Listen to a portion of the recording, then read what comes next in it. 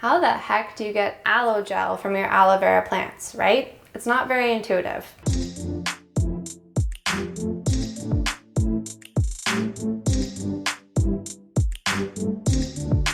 What's up everyone, it's Veronica from Gardenstead and I want to do a quick tutorial on how to harvest your aloes the right way. And yes, you can actually go quite wrong with this if you skip a very important step. So what you will need to harvest your aloe is a sharp pair of scissors, a sharp knife, a cutting board, and set yourself up by your sink. Let's get started. Choose a plant that has at least 5 leaves on it, otherwise the plant won't have enough leaves that it can keep itself alive.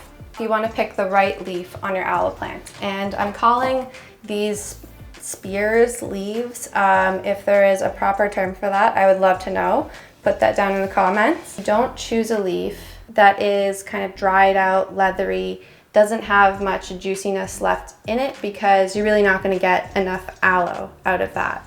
You want to choose an outer leaf because the aloe grows from the inside out. So all of this is new growth, and if I cut this off, it's going to hamper the new growth of the aloe in the future. So you want to pick an outer leaf that is nice and plump like this one, and you only want to harvest as much as you're going to use. Fresh aloe doesn't last super long. You can put it in the fridge and store it for about a week or 2, or you can freeze it if you want. But harvesting as much as you need at the time is the best way to go. You don't need to cut off the whole leaf. You can cut off just a portion of the tip. This is an example where I've sliced off a piece of aloe and then it just kind of seals itself up. So if you slice further up the leaf, it'll seal itself off up here, and all of this down below will be kept so that you can harvest it again another day. Okay, so I'm going to choose the outermost plumpest leaf, which would be this one, and I'm going to cut it. I want a lot of aloe right now, so I'm going to cut off the entire leaf very close to the base of the plant. And you want to be ready with some paper towel or a dish or something, because this is a very important step that you don't want to mess up. Once you cut this, the aloe is going to start secreting a yellow latex called aloin, I think, aloin, something like that. And this yellow latex, you just want to let it drip out. It will eventually run itself dry. This is actually a skin irritant and a diuretic. So, scratch that. It's a skin irritant and it's a laxative. So you do not want to be rubbing this all over yourself or consuming it unless that's what you want to get out of your aloe. Yeah, there it is. That's the yellow goo dripping out of the aloe. You want to focus. I know you want to focus. Aloe latex gets secreted from the outside edges of the aloe. The gel itself does not contain this, and it is safe from the substance if you allow all of it to drip off and rinse off the gel afterwards. And this is the reason that you want to remove the skin, and you don't want to squeeze the gel out of this, because you're going to be squeezing this aloe latex into your aloe vera gel. Okay, my next step is to give it a good rinse, just to be sure that I'm getting all of it off. Beautiful. Okay, the third step is to remove the outer skin from the gel that's inside. So here's a glimpse of the gel inside. And this can be done in a couple ways. You're always going to want to cut off the very tip of the aloe and to cut off the thorns on the side. You'll do a very thin slice just along the edge.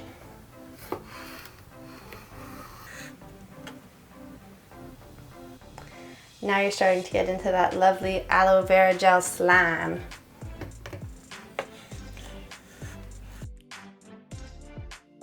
Look, this is so cool. You can kind of like see through it.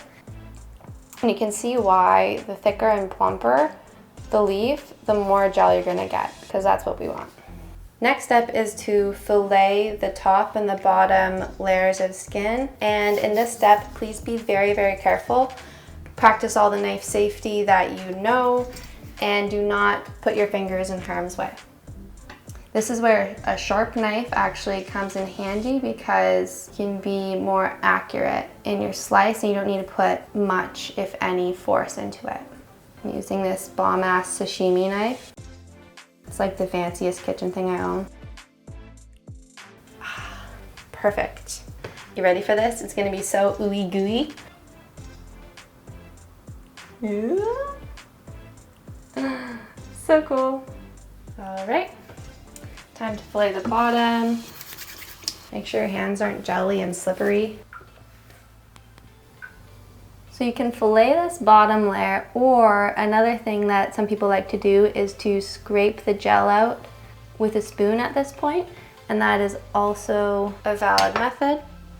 Look at that. Now that's the good stuff right there.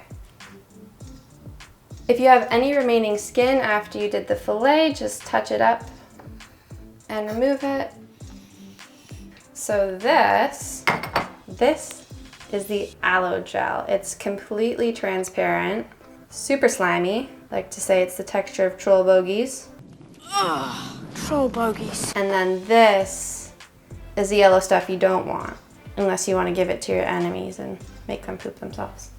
But don't do that. As a last precaution, take your aloe gel, rinse it in the sink, and now you're ready to use it.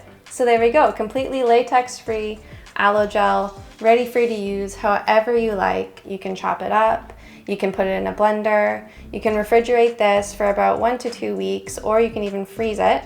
And there are so many different ways that aloe vera gel can benefit you. If you're interested to learn more, we've got an article that will give you lots of inspiration for that. And if you're looking to take better care of your aloe vera plants, we have an amazing care guide that has lots of tips and tricks for keeping your aloe plants super happy and abundant with aloe vera gel. I hope you enjoyed this tutorial. If you have any more questions, please leave them in the comments below. And if you have any suggestions on other how-to videos, let us know.